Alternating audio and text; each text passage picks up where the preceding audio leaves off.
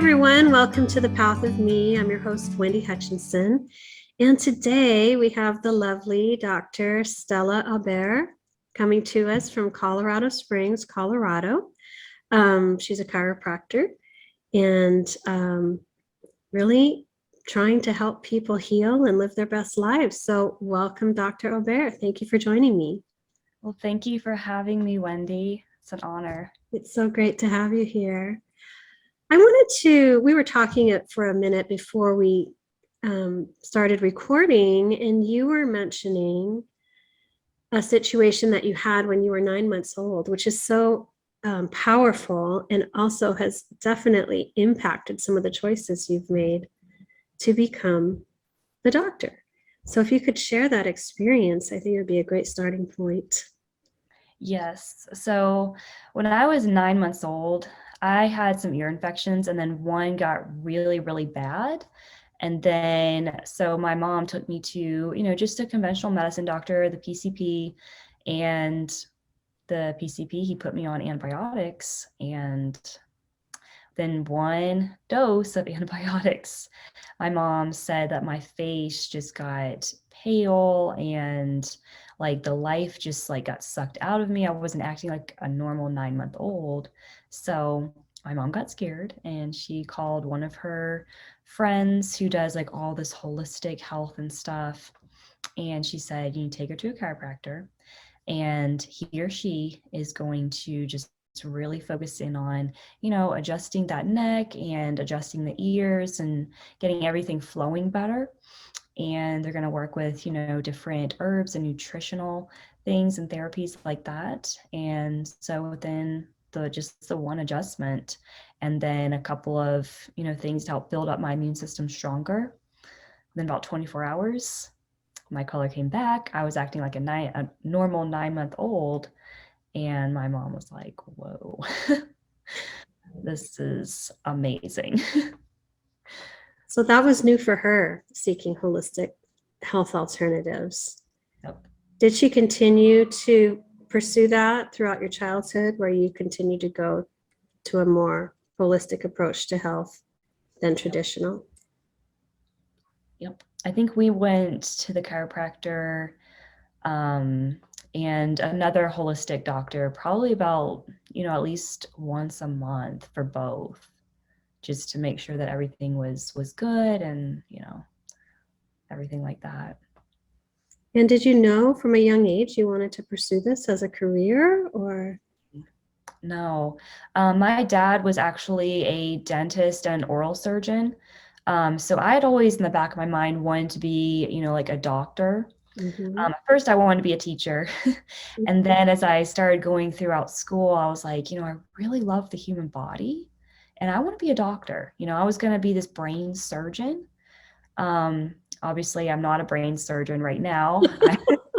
I'm a doctor of chiropractic, and I do a lot of naturopathic doctor, holistic doctor. But it's really funny looking back. I wanted to be a teacher, and then I wanted to be a doctor and a brain surgeon, but doctor in Latin means to teach. And I became a doctor of chiropractic with the nervous system. So, it all kind of fits. It totally does. What were some of the pivotal moments in your life that shaped you and got you to this point here? Because we all go through we can all think of those pivotal moments, like a major move or a divorce of your parents or whatever it is. There's always some sort of, pivot points in our lives that impact us and really kind of shift us and point us in different directions. So what would some of those be for you? Well, definitely, I did not have the best childhood growing up. So I had a lot of emotional things that I just constantly kept suppressing. And I got to the point in my life about early high school, about like seventh, eighth grade. I had a really, really good close friend, and she moved away. I was living in Greenville, South Carolina. That's where I grew up. And my friend moved away to Park City, Utah. I mean, it's a big difference. long. I mean, I did go and see her a couple of times, but that just literally like broke me when she moved during my 8th grade year. And I just like literally broke down. And because she Oh, was like my saving grace from like just everything I would do, literally, I did everything with her. We oh, did it's like volleyball. losing a sister more than a friend to have her. I think I was at her house more than my house, to be Mhm, honest. We mhm. did, I mean, we did everything. And then once she moved away, um, I literally lost the ability to adapt to my life. Um, and so I got very depressed. I had an eating disorder. I didn't eat at all. I became anorexic Wow. and I got depressed. And my mom she took me to the chiropractor and he was like, you know what, she may need some extra help. So my mom took me back to our primary care doctor. And of course, he wanted to put me on Prozac and something else. And I looked him straight in the face because I saw my other friends go on different antidepressants and how they just literally lost like the life. They just checked out, right? You kind of it just basically numbs Yep, the emotions. It doesn't heal you. It just basically numbs you so you don't feel, right? exactly. Yeah. Exactly. And a lot of them couldn't process things correctly either. I was like, I looked him straight in the face. I was like, no, I'm not doing it. And he was like, well, I don't know how we're going to help you because you're just going to waste away. I mean, he literally like told me, if you don't do this, you're going to die. I was like, Wow. I'm just like my life. I don't know what to do. So I said, no, I did not take any of them. I actually started going to a church and I dove into their youth group and that helped a lot. And then I also really started joining the track team and the cross country and I just started running. And that helped That because it must gave have me been an incredible outlet for you. Mhm. Running is so good because it's just you and you know? You Yeah, process so much when you're running, I would yep, think. you do. And I started, processing things. There were a lot of things that um, I just didn't want to even go back and touch in my Of life. course. They're painful, right? So I It's suppressed so them. painful. I think that's normal. I think most people do suppress pain and avoid it, Mhm. which is why people turn to other alternative substances or overeating or shopping or that's where all the avoidant behaviors come in, right? Because it's just the constant medicating and numbing of instead of going in. It's really difficult for people to face the pain, but the It, healing only comes through the pain. yep, it really does. You have to be able to feel to get those out so you actually heal. And Absolutely. I had a lot of I had a couple of injuries during all of this stuff when I was running track and cross country in late middle school and all of high school. Um, and I had to really figure out, okay, why am I keep getting injured? Mm-hmm. And there was a lot of emotional things. And once I started releasing them, my injuries like healed within a couple of days. Like it Isn't was it incredible how the body can heal? I love that you had kind of this internal compass and curiosity, because I think that is really the foundation of healing, is having the inner guidance to ask why. What is it that is triggering these injuries? And especially specific areas of the bodies getting injured kind of correlate to specific emotions yeah, too, right? yeah. So I think that must have been very, very, very powerful time for you. And did you just come to all of this on your own? Like you're just running and all of a sudden you think, man, I really probably, or feelings just surfacing? Like, how did you navigate that internal? exploration of your feelings? I did a lot of self-exploration. Um, I kind of later in high school, I literally just like kind of shut off a lot of people, and just really started taking more time for myself and what it is that I really wanted in life and what was my purpose. I think that was one of the biggest things, is just really being still, I think, and letting God kind of, speak to me. Because, in our society, you're always go, go, go, go, go, go. And I'm an A-type personality, Enneagram 3. And I grew up, in not a great home. And my parents were always like, you have to be at the top, at the top, at the top. So I was always like this A lot of perfectionist. pressure. That's a lot of pressure. Mhm. And also, another thing that comes with that is a worthiness piece because it's tied to the achieving, to the striving, to getting the perfect grades, to being everything. And failure is almost worse than death because that means you're unlovable, you're unworthy, and you're rejected, which is the Yep. three things I think we as humans fear the most: Mhm. abandonment, lack of love, rejection, right? Yep. So wow, that must have been. And I'm also a recovered perfectionist, so I can tell you that I didn't even realize I was in that programming until I healed myself of it, because that's just normal. This is how you operate. You're just always on point.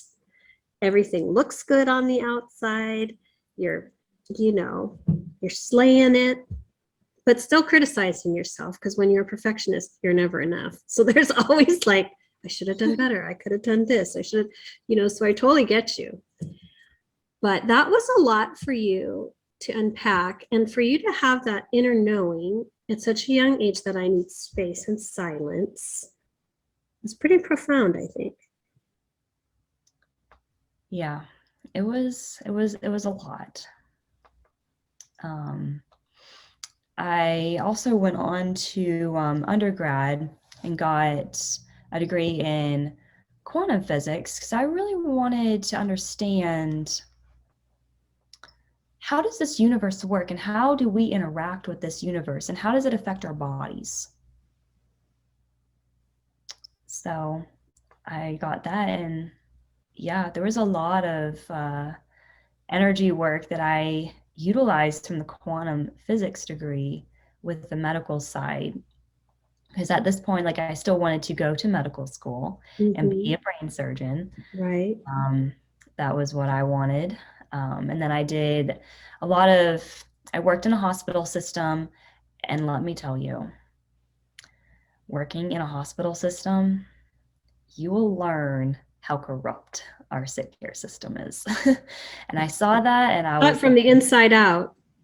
yeah. And I saw that and I was like, okay, I want to be a doctor, but I don't want to do this.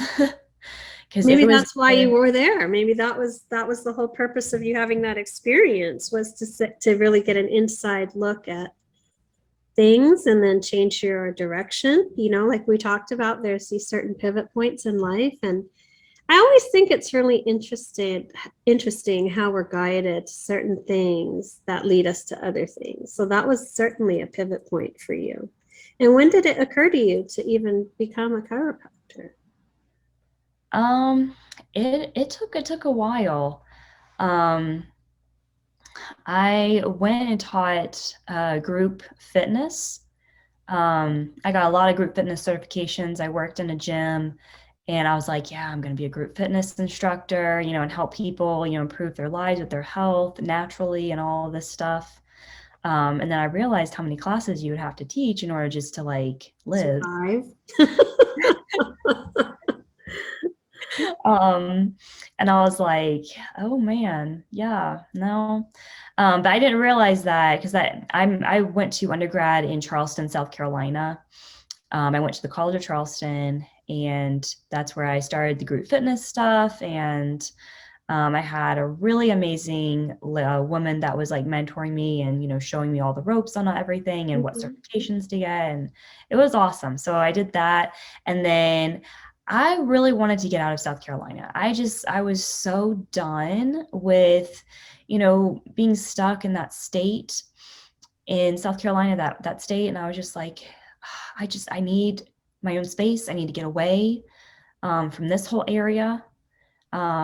So I moved to Colorado Springs, actually, back in 2012. Um, and so I joined a gym and, I tried to get in there teaching group fitness and everything. I actually taught at 2 gyms there. And then, um, because I literally had suppressed so much of my childhood and internally, I didn't want to live. Like I literally didn't want to live. I was just done with life. And I was like, I can't do this anymore.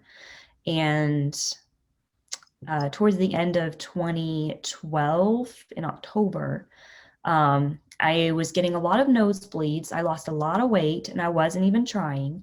And Mm. so I went and got blood work done and, the normal to see what was going on kind of thing.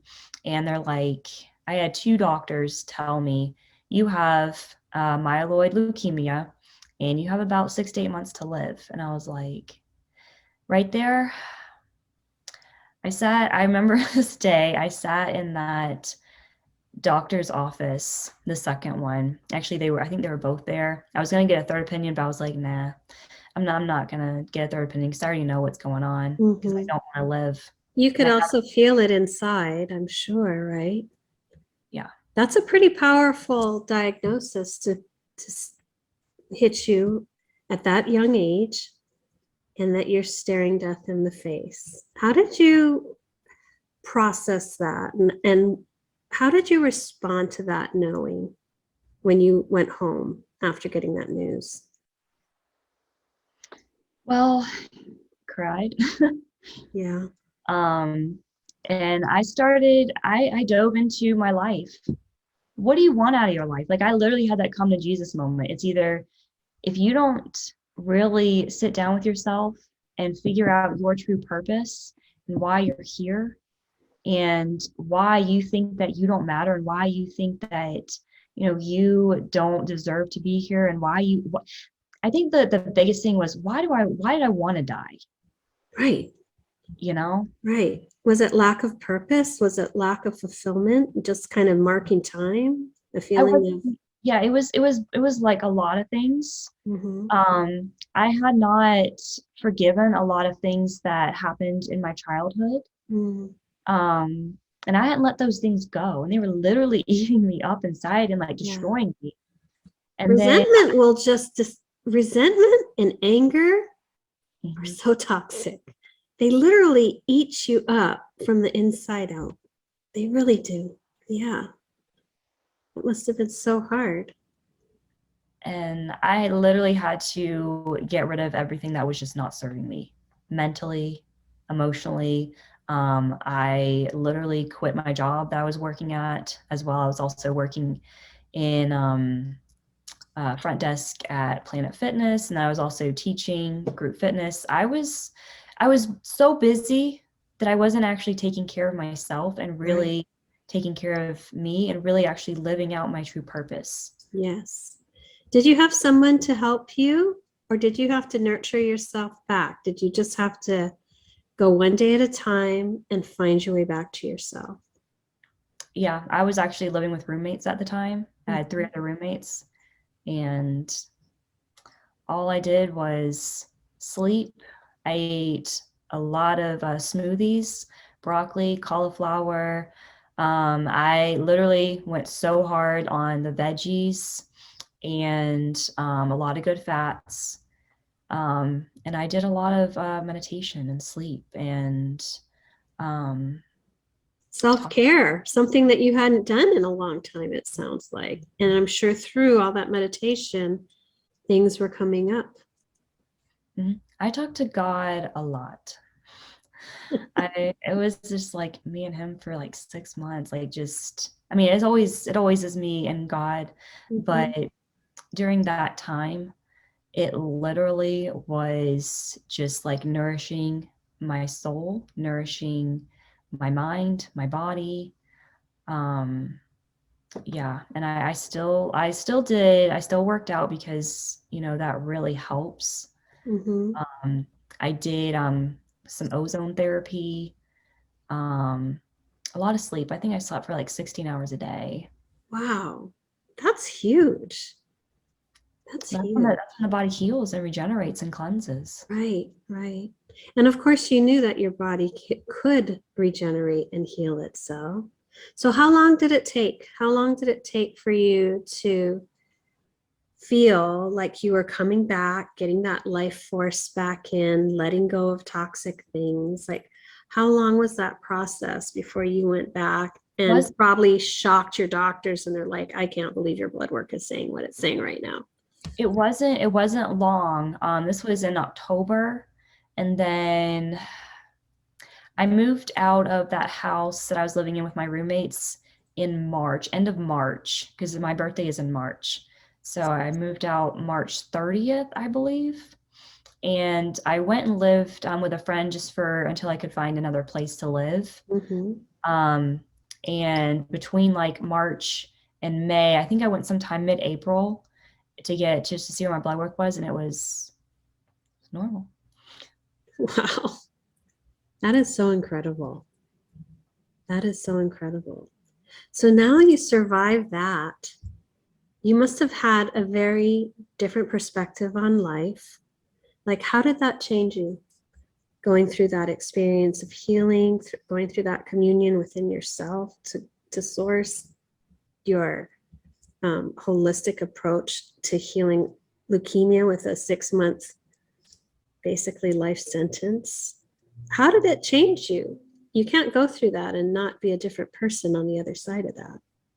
You look at life differently and you look at people differently.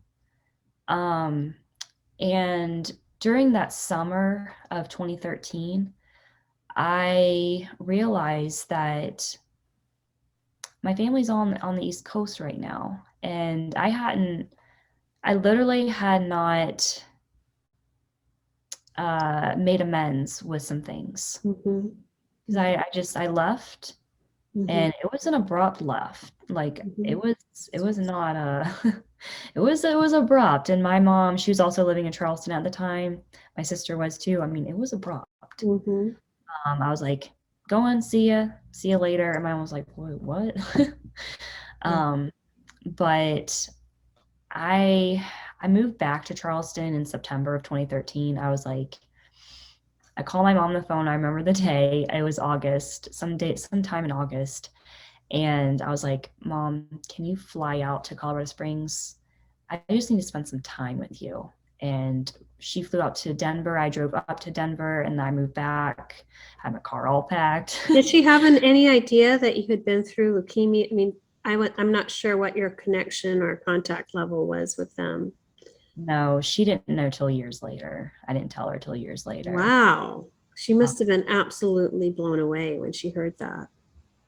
Actually, she wasn't because Really? I know like genetics doesn't play like you can have a certain gene, and if your internal environment is, toxic and crap, then um, your your body will actually not be able to turn off those genes. Okay, because all of your resources are being to put out this fire, this one, instead of making sure that your genes are not turned off. Mm-hmm. Because we actually have, I think it's like the Philadelphia chromosome or whatever.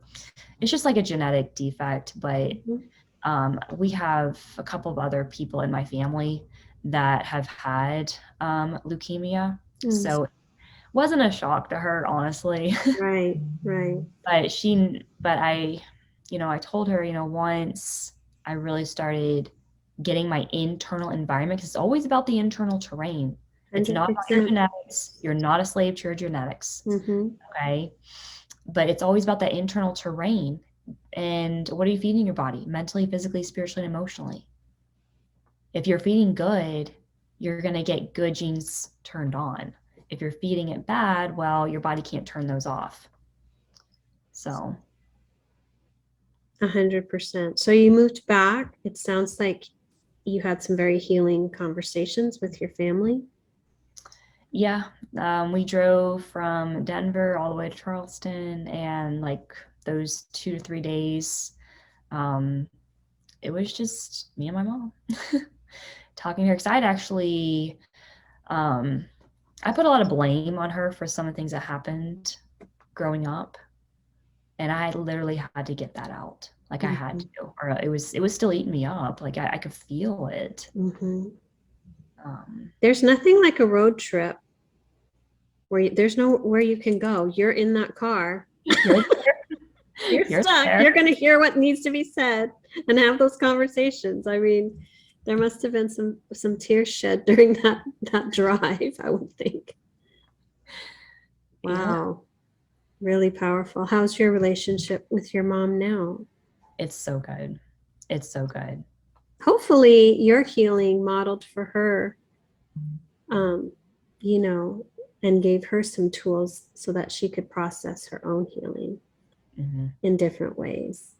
I think it always takes that first person in the family to kind of interrupt the pattern and alter the DNA by changing their mind, their body, their soul, and doing the inner work.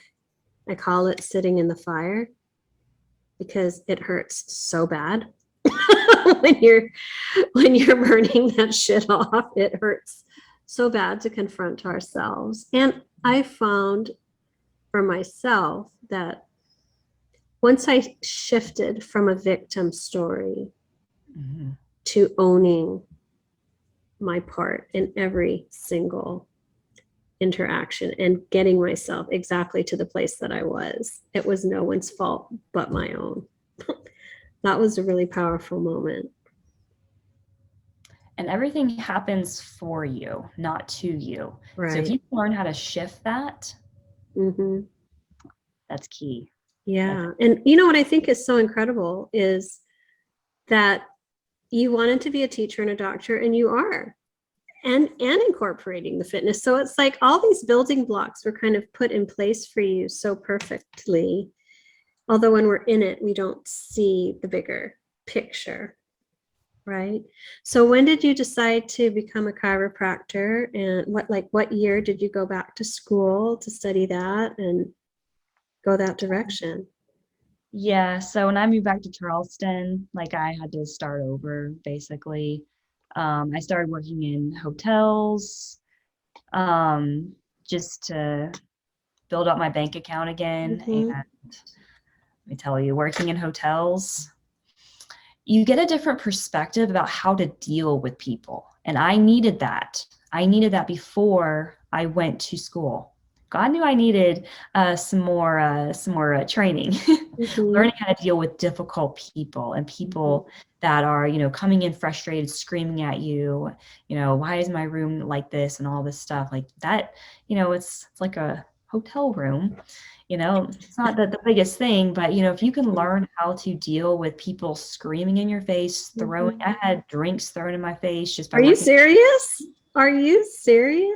Wow. Yeah. There were fights broken out. I mean, I was actually working in a resort too. Really? This wasn't like a Motel 6. You were No, I was working at Hilton Garden Inn, Charleston downtown waterfront. I mean, it was prestigious. I've been there. Yeah. It's prestigious. It's a really, really nice hotel.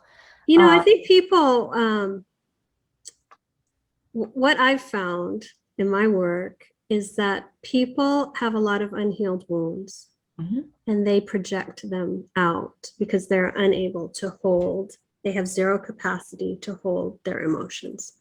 They have zero training. They've been modeled.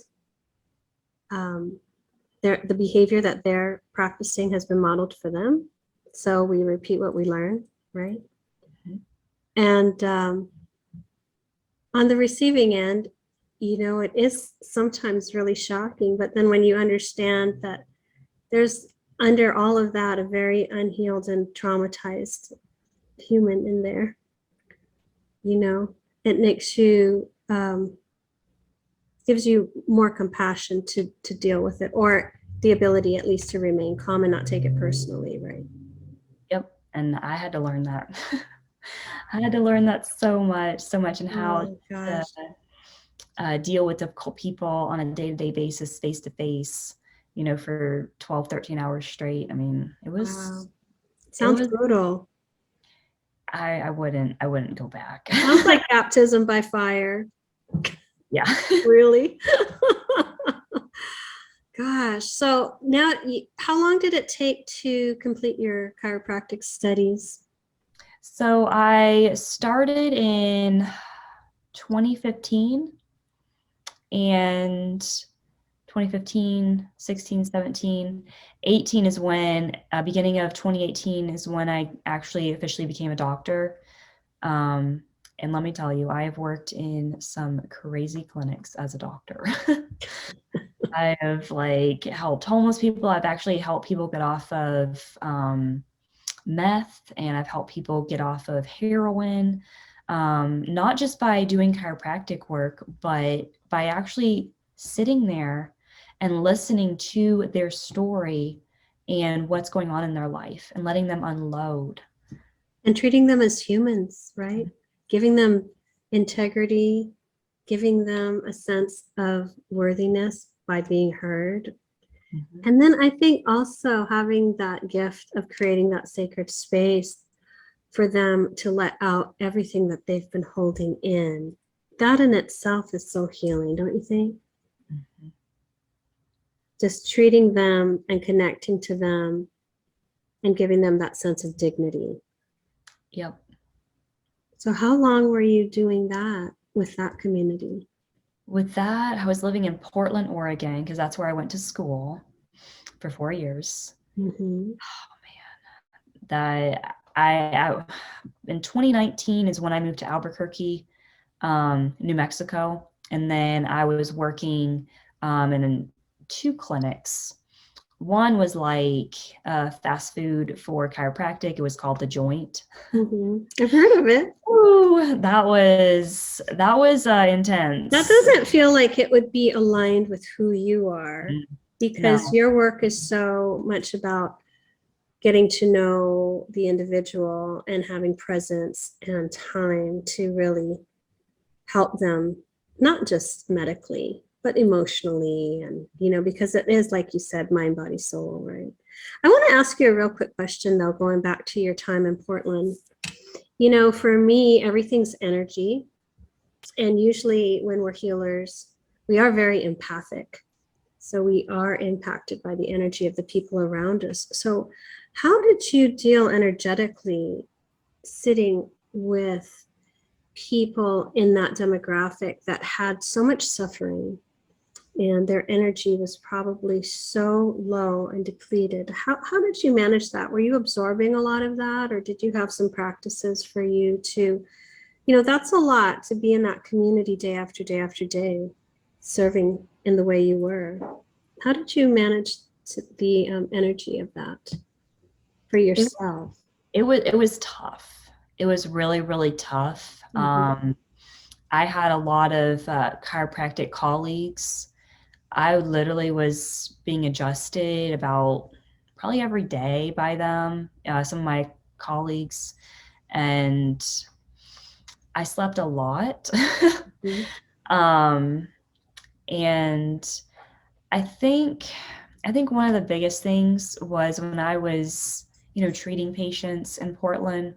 One of the biggest things was I kind of used it as when I was talking to them, I kind of used it as my time too. I know that's not probably the best thing, but I was, telling some of my patients that were, dealing with a lot of these emotional things, Mm-hmm. that they really couldn't heal. They couldn't get rid of the pain. They couldn't, like, physical pain. They couldn't Right. get rid of their anxiety or their depression, or, they were dealing with like high blood pressure or an autoimmune condition, and nothing was, helping. Working. Yeah. um, we would sit, and I would constantly be getting yelled at by the people Because overseeing. they want you just to churn and burn them, right? But you'd actually Yep. sit with them. we would sit and we would talk. They would tell me what's going on. I'd be like, you know what? I can relate to you. You know, here's what happened in my life. So through all that time, I think just by the interaction and just talking one-on-one, I think they were healing, but I was also healing because we were Of exchanging. course. Yeah, that makes sense. I was going to ask you what the takeaway was for you, but maybe that was the takeaway, was your own healing and healing others. I love that you were able to give them that time. What a gift, you know. They were probably so sad when you left, the Yeah, clients. I remember one, she was on heroin, had a lot of pain, and she was always depressed. Um, there would be sometimes like I couldn't even touch her. I would like literally go to try to touch her and she'd be like, oh, I can't, I can't. I was like, okay, that's totally fine. And she was also, all the other doctors that were working in the clinic at the time, they were like, just give her to Dr. Aubert. Like, we don't want her. We don't want this patient. Um, so I ended up getting her, and she would come in at least 3 or 4 times a week, and Wow. sometimes even twice a day. And I would sit with her, and I noticed throughout like 3 or 4 months, she was coming in less and less. And then one time she didn't come in for like 2 weeks, and then she came in and she's like, I just came in because I just want to, have a tune up. And I was like, well, how are you doing? Well, I'm not taking heroin anymore, and I don't really have a whole lot of pain, and I'm able to go back to work. And Wow, that's incredible. Wow. You know, love really is healing. You know, I really believe that when we can be in a space of love and we can model self-love and give it to others and show them how to love themselves, they heal themselves. It's yeah, I it's don't I that don't hurt powerful. people. I actually show you how to tap into your own innate intelligence and life force because your body already knows how to heal. Exactly, exactly. Our bodies are self-healing organisms. But I think culturally and um, we're just programmed from the earliest age, from the time we're babies, that you get an ailment, you take a pill, you get an ailment, you see a doctor, you get an ailment. A lot of people don't let things organically run their course Mhm. and allow their body to heal, because as soon as they have a pain or a twitch or any issue, they're on the phone, they're in the doctor, and doctors are taught to prescribe. You prescribe. That's all they can do. I remember when I was working in a hospital, I was also working with a cardiologist, and he was doing all these, surgeries on the heart. And I remember one of his comments, and he was like, "Yeah, this is this guy's third heart bypass surgery, and he won't like he's horrible, but I can't say anything because I only get paid if I do a surgery or give him a medication." I was like, Wow, that's really something. And the hard part is, I think if people had more awareness that there was this emotional component to disease, we could probably shift how we approach disease, like you are, "Oh yeah." and really help people to start healing themselves with guidance and support, of course. But I'm hoping that the world is changing and that we are going to be seeing more of this kind of work. The reason I had connected with you is I had seen something where you were talking about the importance of self-love. Yes. And that's so important in my work, in connecting with my clients and allowing them to experience self-love and worthiness. Yes. And so I love that that is a big part of your practice, like a core value, it feels like, of your practice, is helping your clients get to that space. Maybe you can talk a little bit about that. Yeah. So if you're really not loving who you are inside, your emotions is attached to your nervous system. Okay. It's up here in your amygdala. And it's also, your amygdala is also attached to your hypothalamus. Your hypothalamus is attached to your nervous system, but your nervous system is also attached to your immune system. So if your nervous system is always on a stress mode because you don't love who you are, you don't love your life, you're not loving things that are happening around you, and you don't really love who you are and who God created you to be, then your nervous system gets switched on. Your immune system will now start, either it can be suppressed or it can be hypervigilant. So I've seen, even autoimmune conditions. I deal a lot with people with Hashimoto's, lupus, RA, fibromyalgia, celiacs.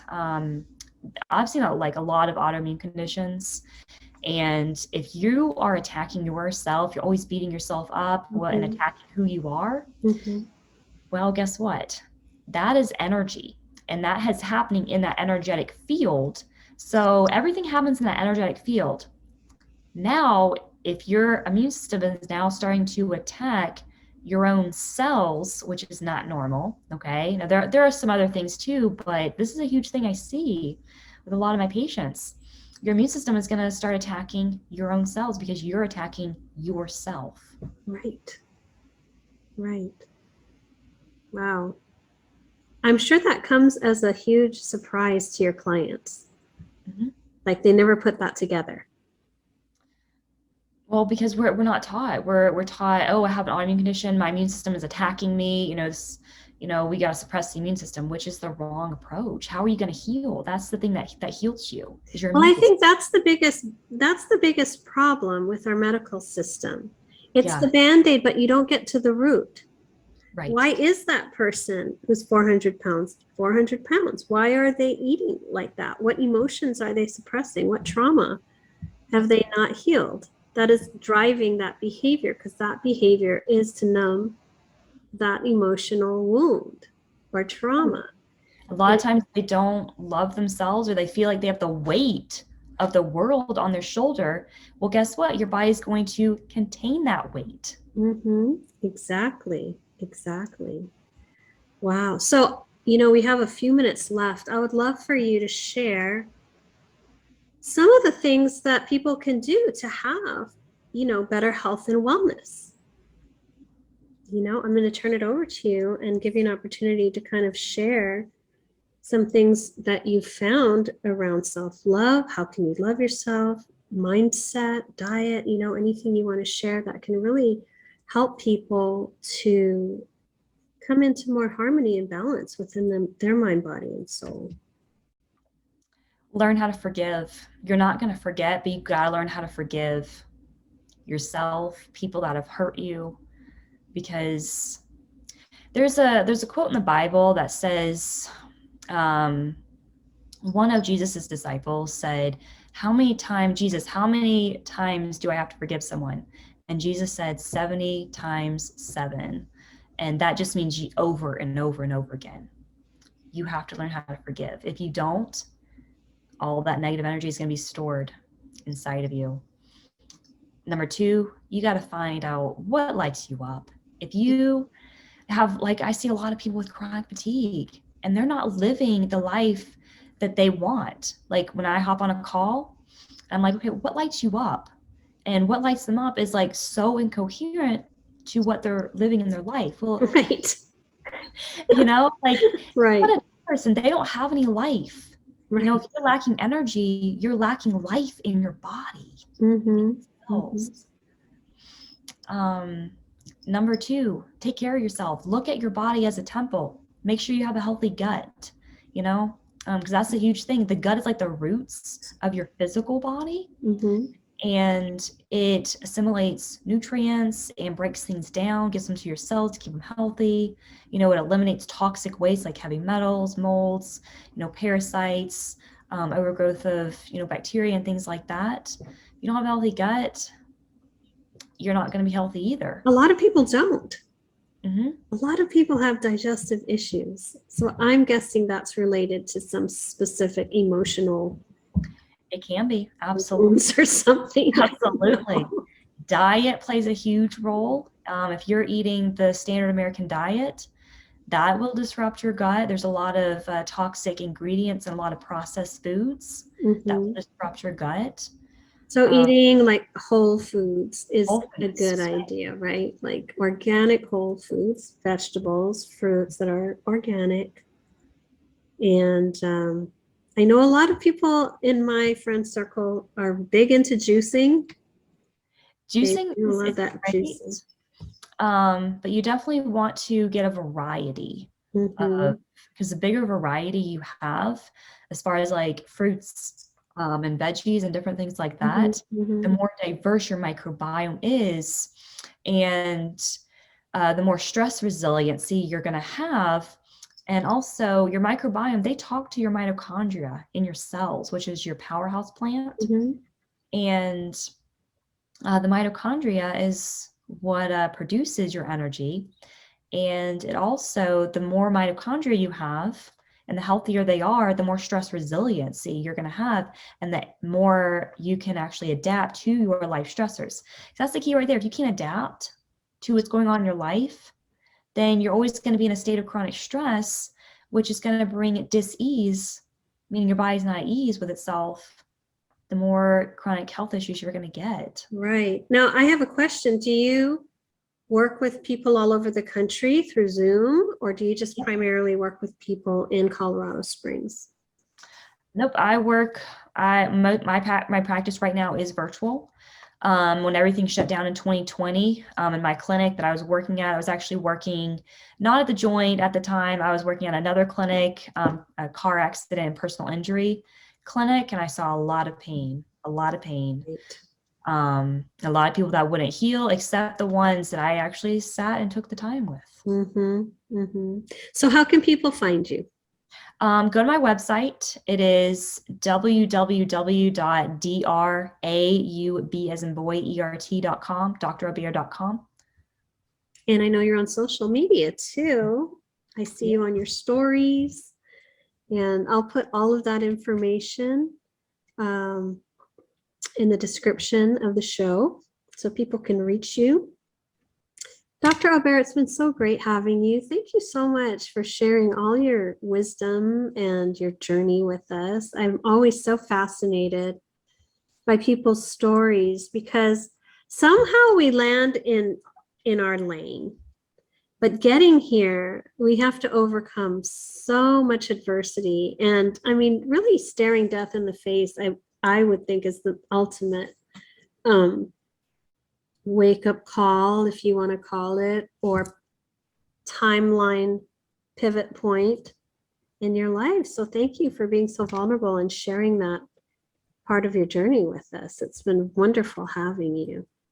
Well, you are so welcome, and thank you so much for having me, Wendy. Of course, it was wonderful talking to you today. And to my audience, thank you so much for being with us on the ride. Take care of yourselves, love yourselves, be kind to yourselves, and be really mindful about what you're putting into your body, thoughts, nutrition, people that you're inviting in, the media, everything is energy. So make sure that you are watering your garden and not pouring Roundup on your garden with your choices. Have a beautiful day, you all. We'll talk to you all later. Bye.